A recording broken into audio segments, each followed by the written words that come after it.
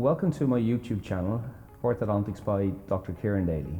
Today we're going to talk about a process called surgically facilitated expansion, and we're going to talk specifically about our patient Clara.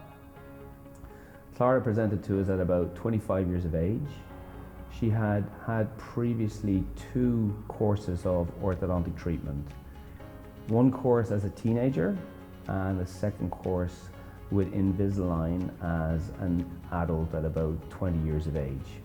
Both previous courses of orthodontics had been carried out in other offices, so not by me. When she eventually presented to our office at about 25 years of age, she still had a number of outstanding concerns despite 2 previous courses of orthodontic treatment. Her main concern, looking at her smile photo, was that she felt her smile wasn't wide enough. You can see when you look closely at her smile photograph, there's quite a lot of dark space between her side teeth and the sides of her lips on both sides. Her other concerns was that her teeth and bite still didn't fit properly together, and you can see on the photographs that there's a small gap between her front teeth known as an open bite. And overall, Clara was unhappy with the general appearance of her smile and her teeth. So after a thorough examination, we discussed with Clara what would be necessary to help resolve all of her outstanding concerns. We explained that the main issue and reason why she still had these concerns was that her upper jaw was in fact too narrow. It was too narrow relative to her face and in particular relative to her bottom jaw. If Clara had presented to us as a child or teenager, we could have resolved this issue with a routine expansion device like we've seen in other videos. However, as Clara had presented in her mid-20s at 25 years of age, unfortunately this was no longer possible. The reason normal or routine expansion was no longer possible was because Clara's upper jaw had now fused between both the left and right side. This fusion generally starts to take place from about 15 or 16 onwards, and it's usually fully completed by early to mid-20s. So we now explain to Clara that in order to be able to carry out her expansion, we would have to carry out a process or procedure called surgically facilitated expansion.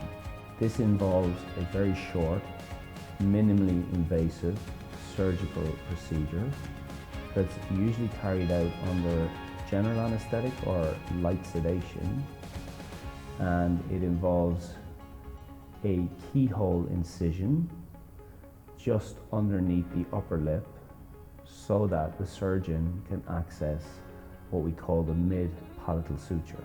Before Clara had her surgically facilitated expansion carried out, we fitted her expansion device. Clara was fitted with a hybrid expansion device which had 2 small temporary implants placed approximately a centimetre behind her upper front teeth. The hybrid expander is attached both to the temporary implants as well as to her first permanent molar teeth, and it also incorporates a routine expansion device in the middle. Once the expansion device was fitted, Clara then underwent the surgically facilitated expansion. The procedure takes no more than 15 to 20 minutes, and she's then reviewed in her office approximately a week later. At this point, Clara commenced activation of the expansion device, usually 1 turn every day or every second day for between 4 to 6 weeks. You can see in the photographs how the upper arch and the upper jaw in particular quickly expanded.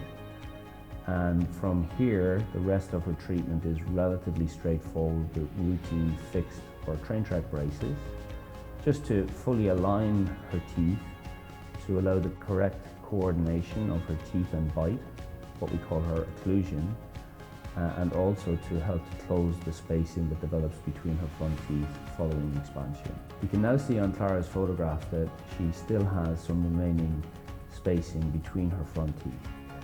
This is a consequence of the wear that she has both in between her teeth as well as along the edges of her upper front teeth. So to finish and optimize the overall aesthetics, Clara then saw our restorative dentist and underwent some restorative treatment to optimize both the shape and form and colour of her upper front teeth. In Clara's case, this was carried out by using minimally invasive veneers on her upper front teeth to create both the correct dental and final facial aesthetics. And now you can see at the end, Clara's final photographs. She now has a much wider smile. Her teeth and smile now fully fill out in the photographs.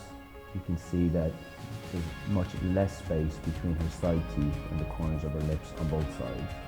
And now you can see the final photographs with our happy patient at the end of treatment.